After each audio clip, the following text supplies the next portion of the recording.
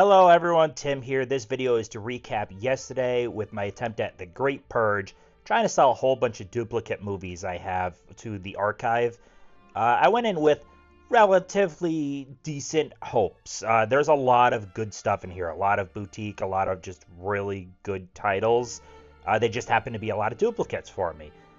So the back of the vehicle, absolutely, packed. I'm all ready. I did a lot of prep work. I sent emails back and forth to the archive, pictures, a spreadsheet, laid everything out so that they had expectations on what was coming. At this point, I'm outside the store. I'm pretty excited. I did a lot of the prep work already. I've talked with the store. I'm thinking things are going to go pretty well. I'm planning to drop the stuff off at the store, come back later. Well, I walk in the store. They don't know anything about this trade, and they say, we don't do cash, even though I have an email right here that they say cash. Not a good start. Alright, so they didn't know about the cash, whatever, they'll work something out. I drop off all the movies, though, and I'm like, I'll come back later, because we had other plans of places to go here in Connecticut. Well, they're like, no, this is only going to take about a half hour. Both April and I are kind of thinking, a half hour? That's kind of short. If you already didn't know about this, it means you know nothing about what's here. How are you gauging value in a half hour, I'm thinking. But, okay, let's see how this rolls. So, they have about a half hour where April and I are just going to kind of walk the store. You're gonna see the store. I've been here before. It's a darn good store. I mean, the selection is great. I love posters. There's a whole poster area. Like, no knock on this store is freaking, as a physical media fan, like, this store is great. Just as a movie fan in general, and especially if you're a horror fan, the store has a lot to offer. It is a very cool store to shop.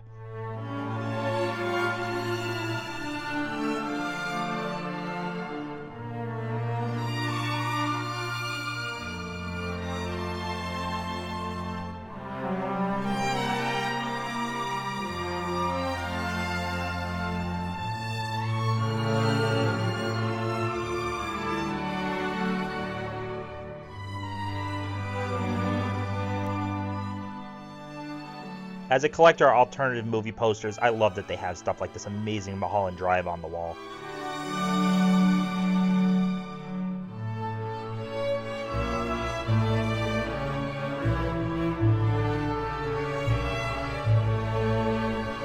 So many laser discs. This whole top part, and then there's a whole bunch down below. And it's not all the, standardy type of stuff. There was some obscure titles. Same thing with VHS.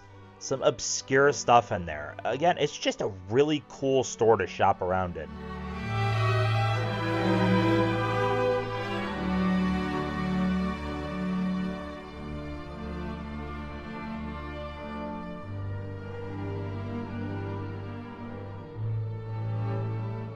We're now getting to the point the employee is walking over to us and about ready to give us the offer. We are hoping for something relatively decent. What we get, though, is $650 all in for movies and records together. Oh my gosh. No deal! So let's break down what this $650 offer actually entailed to get a better idea. This was, again, 347 titles, all box sets counted as one, and that ends up coming to $1.87 per title. And that even excludes that vinyl was part of this deal, which I'm pretty sure I heard the guy say he valued at $150 for the vinyl. And if that's the case, then they valued the movies at $500 for 347, putting them at $1.44 each.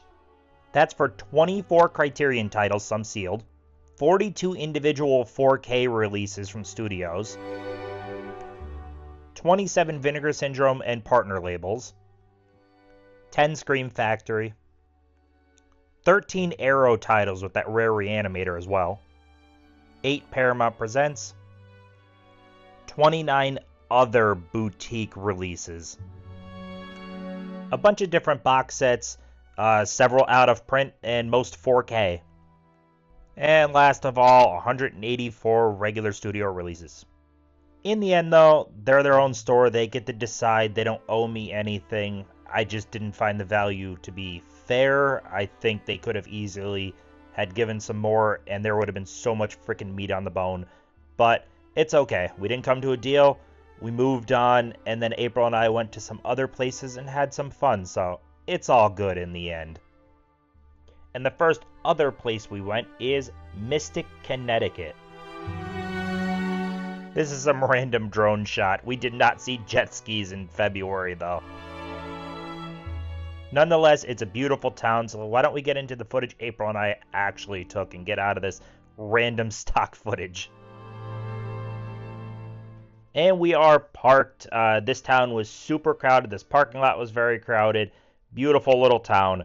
But we're here for Mystic Pizza, which is a restaurant that a 1988 movie with Julia Roberts called Mystic Pizza. It's based off of this restaurant. The writer of Mystic Pizza spent a vacation here, really liked the area, liked the restaurant, and based a movie off of it. So April and I enjoyed the movie. We figured, why not? We're already in Connecticut. Why not make the trip up, get some Mystic Pizza? Of course, we're starting with mozzarella sticks because I freaking love mozzarella sticks, as does April. But yeah, the entire place here, it's just lined with memorabilia and merch. The movie is just on constant play. And there's the pizza, which it was pretty damn good. It was pretty good. I've had better, but I've had way worse. It was overall pretty good pizza. After eating some Mystic Pizza, we wanted to just walk around the main street, kind of make it to the drawbridge, see what this little town is about, because it is beautiful, right on the water, and like I said, it's packed. There's people walking up and down the street like crazy that I wouldn't have expected in later February. I'm kind of curious to see this place in a spring or summer, because it was bustling as it was. But very beautiful. So many little small shops. This ice cream shop, I mean, I hardly ever turn down ice cream. Just beautiful. Absolutely beautiful town.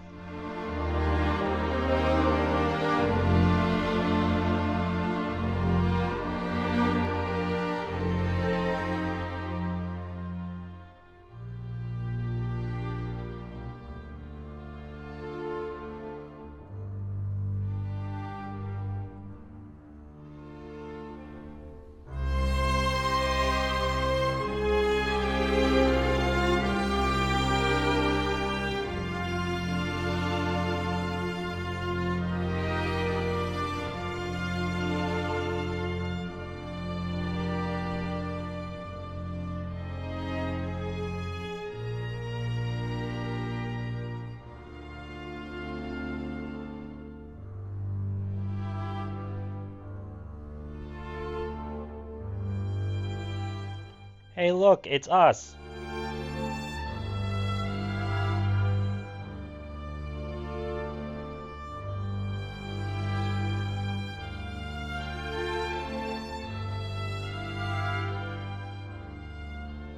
I did say I hardly ever turned down ice cream, and this was damn good.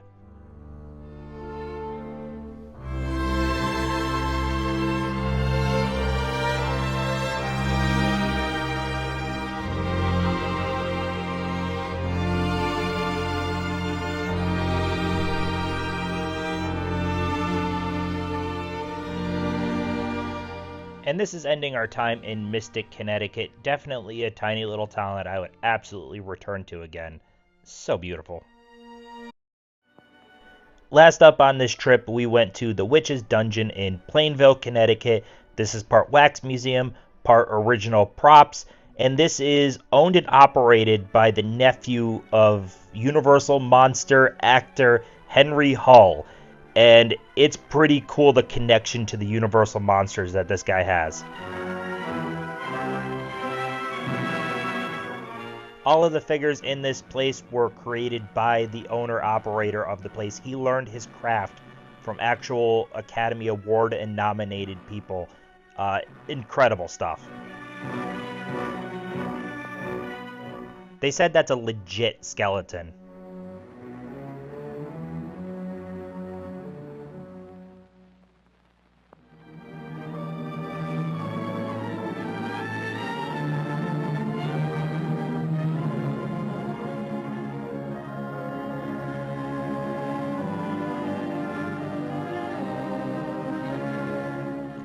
Now this is really cool. This is a one-of-a-kind working real prop called the Emirac.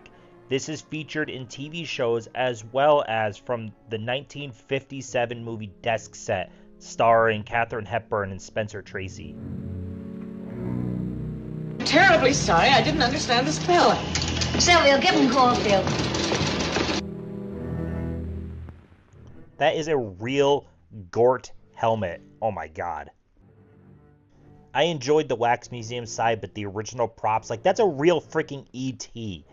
I was shocked, because I know a lot of the real E.T.s have kind of disintegrated, but that one's made from a different material. That's a real idol from Raiders. I mean, holy crap. Very cool. This guy had such a connection to old Hollywood that he had so much original props and collectibles. It was insane, honestly. I was incredibly jealous. This single room was just chock full of so much. I loved it. I thought it was so cool. He had so many pictures of him with Vincent Price among other people because he knew them, like legitimately knew them.